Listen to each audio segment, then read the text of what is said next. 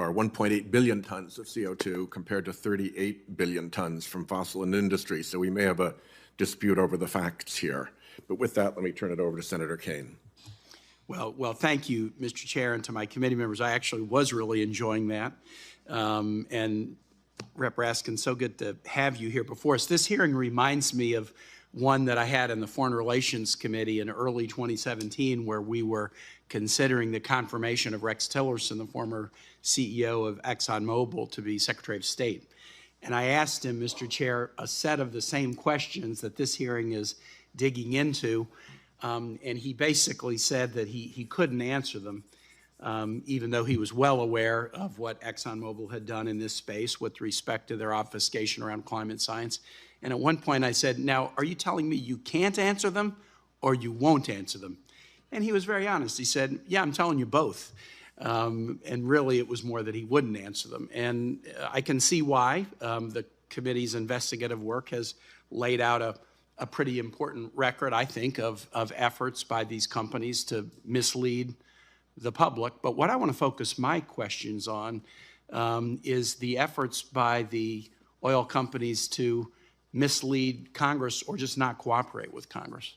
And I understand in the House investigation, I'd like you to talk about this a little bit, Representative Raskin, that there was many instances of refusal to cooperate with the investigation by ExxonMobil and others. Could you just describe that a bit? Well, when we first sent out the requests, as I was describing before, we got a mountain of minutia and distracting material, newsletters and press releases and so on. We then used our subpoena power to get more serious, and we got more serious answers, but still we had thousands of documents that were redacted in substantial and perhaps critical ways. That would be my suspicion. And there were entire documents that we never received at all.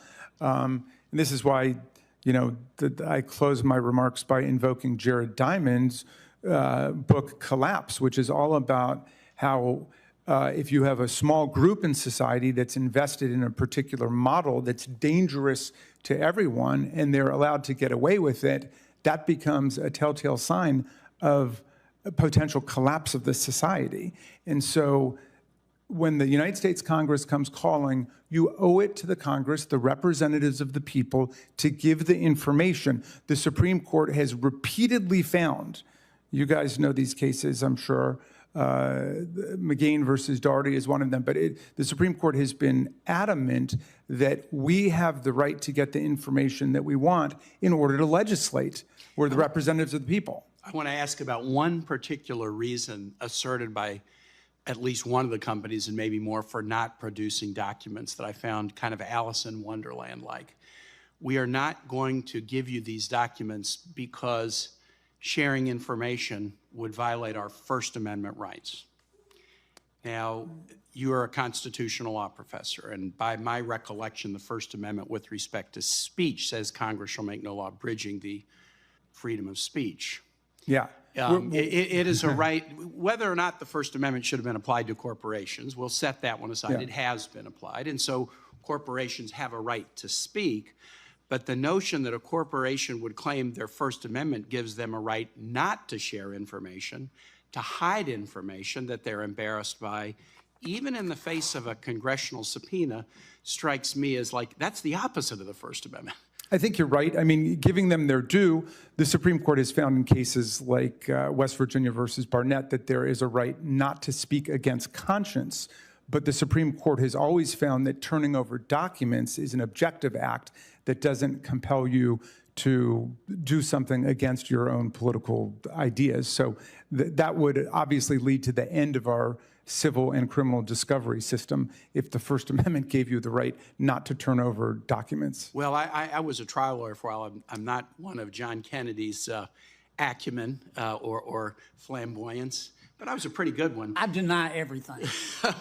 but I will say you can always tell when an objection is made if it is an extremely unpersuasive, novel, imaginative, unsupported objection. You can always tell there's something they really don't want you to see. Yeah. And I think that the investigation contains an awful lot of material that the public needs to see, but I can only imagine the extent of the iceberg under the water that you are not allowed to see. And with that, I yield back, Mr. Chair. Thank you very much, Senator Kaine. Next is Senator Johnson, who will be followed by Senator Van Hollen. Thank you, Mr. Chairman. Congressman, welcome. Senator. Are you aware of the World Climate Declaration? There is no climate emergency. It's signed by now over 1,800 global scientists, professionals.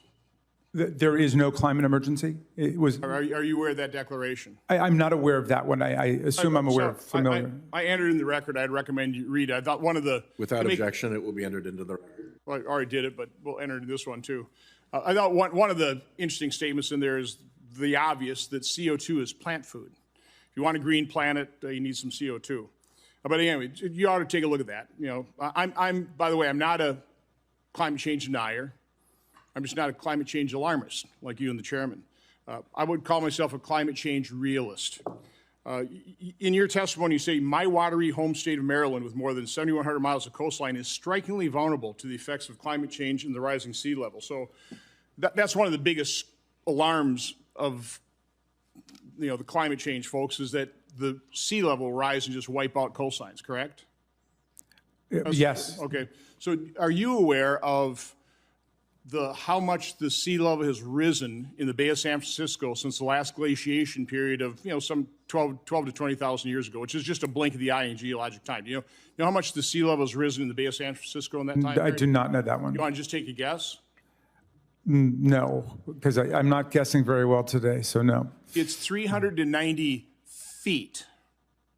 Do you think there's anything mankind could have done to prevent that level sea level rise of 390 feet in just, again, 20,000 years? Well, you think there's something we could do about that? no. Okay, good. That's the answer. No, there's nothing we could do about that. And by the way, the chairman mentioned witnesses brought before this committee let me tell you what some of them have said. Majority witnesses. When I asked a majority witness, about 80% of world power in the U.S. globally is created by fossil fuel.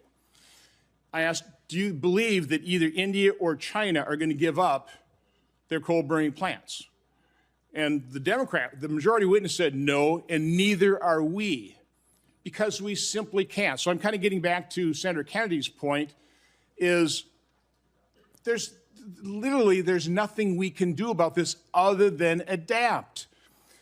Another witness claimed that we've spent about $5 trillion. This is before the Inflation Reduction Act, which, by the way, isn't $400 billion worth of tax credit. Goldman Sachs says about $1.2 trillion. So that's about $6 trillion we've already spent combating climate change. The question I have for you, has all that spending done anything to impact climate change? $5 to $6 trillion already spent? But undoubtedly it has. Where's the proof? Well, I mean, you're here before the committee again. We've had 16, 17 hearings now. Again, climate change alarmism. We're going to destroy our planet. It's not going to keep lasting. Got to do something now. We've been doing $6 trillion worth. I haven't heard any reduction in the alarmism here whatsoever. Well, you describe yourself, I think, as a climate realist. But it sounds to me more like you're a climate fatalist, that there's really nothing that can be done. The focus of the hearing today, of course, is on the big oil industry's attempts to obscure the problem for many decades and then to undermine any potential solutions. But if you start with Are you aware of the Vostok ice core samples? I'm sorry? The Vostok ice core samples. Okay, this is the most famous analysis over 440,000 years. Shows five very distinct cycles. Do you know what the temperature variation of those cycles was? The seasonally, you mean, or you mean over time? No, over geologic time, 440,000 years. Oh, well, there have been ice ages, and I'm sure it's dramatic. Again, do you know what the temperature variation revealed in those things is? Please share. 22.7 degrees Fahrenheit. And oh, by the way, and they didn't really talk about this, but CO2 ended up being a lagging indicator to temperature, which would imply that as the globe warms, all the CO2, most of it's locked up in the ocean, gets unlocked, and so it's temperature that causes CO2 to rise as opposed to the exact opposite. Again, it's one of the orbital forcing. There's all kinds of other theories about this. What I'm saying is it's not settled science. So why are we projecting spending trillions of dollars to impact something that we really, in the end, can't change? That's my point. Yeah, but I mean, I think the claim that the science is uncertain is itself a lagging indicator. I mean, we heard that for decades from big oil, that we just couldn't know, that there's a study on this side, there's a study on that side. I think the overwhelming weight of scientific evidence. Yeah, no, I realize that. The overwhelming weight of scientific evidence is on the conclusion that man-made causes are behind climate change. Check out these 800 scientists led by 2 Nobel Prize winners in physics.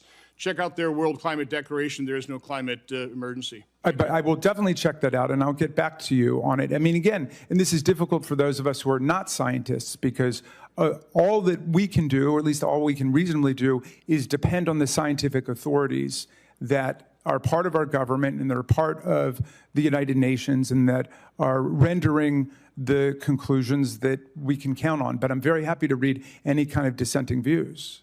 I really am.